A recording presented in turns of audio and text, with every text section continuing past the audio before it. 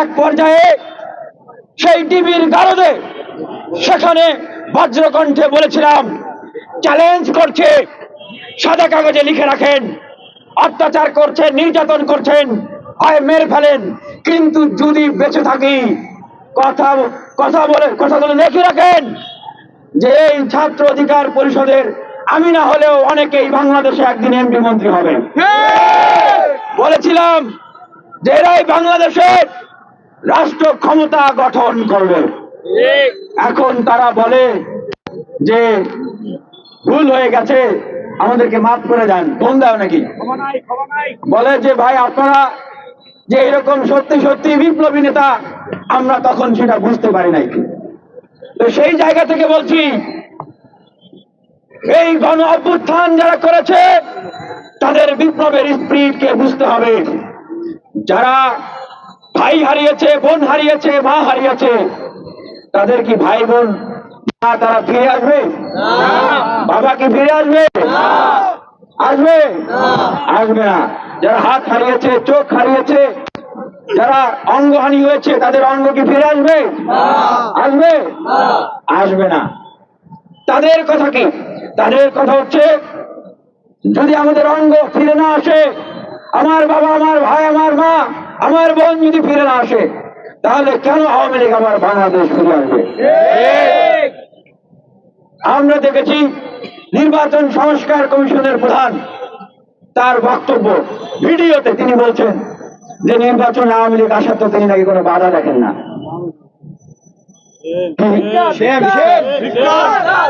কি উদ্ধত্তপূর্ণ কথা! বদিউল আলম মজুমদার সাহেব, আপনি কি ভুলে গেছেন এই বাংলাদেশের তরুণরা যদি জীবন না দিত, এই গণ অভ্যুত্থান যদি না হতো, আপনার মতো বদিউল আলম মজুমদার এই নির্বাচন কমিশন সংস্কার কমিশনের প্রধান হতে পারতেন না। অথচ আপনি বলছেন যে তাদের কোনো বাধা আপনি দেখছেন না। আরে সংস্কার যদি করতে হয়, সংস্কারের প্রস্তাবনা যদি দিতে হয়, সেক্ষেত্রে নাম্বার 1 প্রস্তাবনা হবে এই খুনি দল, হত্যাকারী দল, লুটেরাদের দল, ফ্যাসিবাদের দল, তারা 1 নম্বর প্রস্তাব, তারা আগামী নির্বাচনে অংশগ্রহণ করতে পারবে না। তাদের যারা দোসর, তারা কোনোভাবে আগামী নির্বাচনে অংশগ্রহণ করতে পারবে না। বাংলাদেশের বিপ্লবী ছাত্র জনতার পক্ষ থেকে আমরা নির্বাচন কমিশন যে সংস্কার প্রস্তাবনা দিতে হবে আমরা ঠিক করে দিচ্ছি, কারণ আপনাদের সংস্কার প্রস্তাবনায় আমাদের সেই আস্থা আমরা পাচ্ছি না। আমরা ঠিক করে দিচ্ছি 1 নম্বর সংস্কার প্রস্তাবনা, গণহত্যাকারী, ফ্যাসিবাদের দোসর, খুনি আওয়ামী লীগ, জাতীয় পার্টি সহ তার দোসররা আগামী নির্বাচনে অংশগ্রহণ করতে পারবে। প্রস্তাবনায় যদি 1 নম্বরে এটা না থাকে, মজুমদার সাহেব এবং অন্যান্য সাহেবরা যারা নির্বাচন কমিশন সংস্কার কমিশনে আছেন, আপনাদের গদি থাকবে না। আওয়ামী লীগের ঠিকানা এই বাংলায় হবে না, হাসিনার ঠিকানা এই বাংলায় হবে না, ঠিকানা আমরা একদিকে দেখছি আমাদের বিপ্লবী ছাত্র ভাই বোনদেরকে এই আওয়ামী লীগ তারা মিটিং করে, তারা ষড়যন্ত্র করে, তারা তাদেরকে সিরিয়াল কিলিং করছে। আরেকদিকে দেখছি কিছু সমন্বয়কগণ যারা তাদের কথা শুনলে মনে হয় তারা পুরো বিপ্লবের ঠিকাদারি নিয়ে নিয়েছে একাই, মানে তারাই পুরো গণ অভ্যুত্থান করেছে, এমন একটা অবস্থা। তারা বলছেন যে এই কাউন্সিলর এরা যারা আছেন তারা তাদের ফিরে না আসলে নাকি এটা গণ অভ্যুত্থানের স্পিরিটের সাথে নাকি এটা কি হবে, বেইমানি হবে। তার মানে এখন যদি এই আওয়ামী লীগের এমপি, পৌরসভার চেয়ারম্যান, মেয়র, উপজেলা চেয়ারম্যান এবং শেখ হাসিনা খালেদ তারাও যদি ফিরে আসতে চায়, আপনারা কি বলবেন? আপনাদের সাথে যদি কাজ করতে চায়, আপনাদের সরকার গঠনে যদি সহযোগিতা করতে চায়, আপনারা কি করবেন? তাদেরকে গ্রহণ করবেন? অনেকেই বলছে যে কাউন্সিলররা গিয়েছিলেন তারা নাকি মানে ভালো বিপ্লবের পক্ষে ভূমিকা রেখেছে। আমরা তো একজন সেখানকার অতির পিছনেই একজনকে দেখতে পেয়েছি যিনি আন্দোলনের পক্ষে ভূমিকা তো দূরে থাক, আন্দোলনের বিপক্ষে যারা ভূমিকা রেখেছিল সক্রিয়ভাবে ভূমিকা রেখেছে। আমরা এর তীব্র প্রতিক্রিয়া প্রতিবাদ জানাচ্ছি বাংলাদেশের ছাত্র জনতার পক্ষ থেকে। আরে আওয়ামী লীগের মাঠ পর্যায়ের কমান্ডার কারা ছিল? শেখ হাসিনাকে কালকে গুলি করে মেরেছে? শেখ হাসিনাকে তো আমরা সরাসরি কাউকে গুলি করে মারি দেখিনি। মাঠ পর্যায়ে কারা ছাত্রদেরকে গুলি করে মেরেছে? মাঠ পর্যায়ে কারা ছাত্রদের উপরে হামলা করেছে, আক্রমণ করেছে?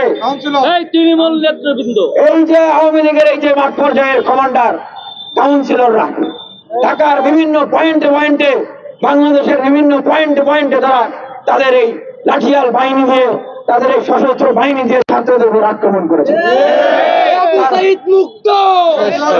তারা কিভাবে বাংলাদেশে আবার ফিরে আসবে? হ্যাঁ, যদি কোনো প্রতিবাদী জনপ্রতিনিধি থেকে থাকে, তাকে বুঝতে হবে যে এই নির্বাচন কিন্তু জনগণ বয়কট করেছিল না?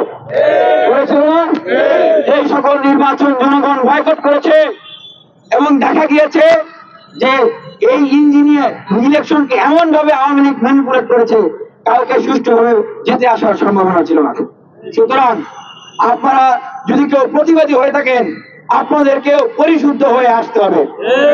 জনমতের বাইরে গিয়ে আপনাদের আসার সুযোগ নাই, অপেক্ষা করতে হবে। মানুষ আপনাদেরকে যদি গ্রহণ করে, সেই প্রক্রিয়ায় গিয়ে আপনারা মানুষের কাছে যান, গিয়ে আপনারা আবার জনপ্রতিনিধি হয়ে আসেন। থাকার কোনো ধরনের কোনো সুযোগ নাই।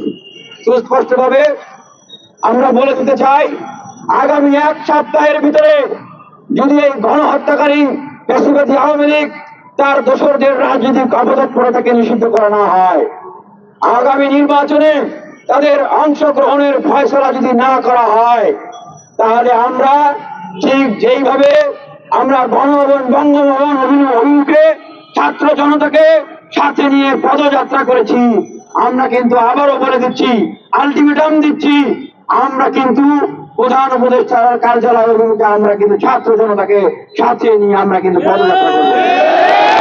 উপদেষ্টা মহোদয়গণ, আপনারা যমুনায় রাষ্ট্রীয় অতিথি ভবনে আছেন, আমরা এই যমুনা অভিমুখে কিন্তু গণপদযাত্রা করব। আমরা সচিবালয় অভিমুখে গণপদযাত্রা করব।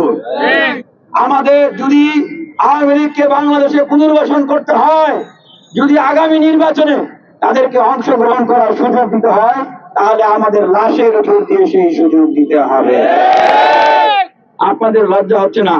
আমরা তো কড়া কথা বলি নাই, আমরা আপনাদের প্রশংসা করে কথা বলেছি। আমরা আপনাদেরকে নাম বলার আগে আমরা বলেছি বিপ্লবী, কিন্তু জনগণ কিন্তু এখন সেই লক্ষ্যগুলো, উপাধিগুলো আপনাদের মুছে দিচ্ছে। এটা কিন্তু মাথায় রাখতে হবে। কিভাবে 5ই আগস্টের পরে 626 জন আওয়ামী লীগের নেতা যাদেরকে ক্যান্টনমেন্টে রাখা হয়েছিল, তাদেরকে বাংলাদেশ থেকে পাচার করে দেওয়া হলো? এই প্রশ্নের উত্তর দিতে হবে। আমি সেনাপ্রধানের উদ্দেশ্যে বলতে চাই, বাংলাদেশের মানুষ এই প্রশ্নের উত্তর চায়। যেহেতু ক্যান্টনমেন্ট আপনার, ঠিক সেই সময়ে ক্যান্টনমেন্ট থেকে তারা কোথায় গেল, কিভাবে গেল, এই প্রশ্নের কিন্তু ফয়সালা করতে হবে। আপনি এই প্রশ্নের ফয়সালা যদি আজকে না করেন, কালকে করতে হবে। কালকে না করলেও পরশু কিন্তু এই প্রশ্নের ফয়সালা করতে হবে। আমরা জানতে চাই আপনাদেরকে, আপনারা কোন কোন উপদেষ্টা, কোন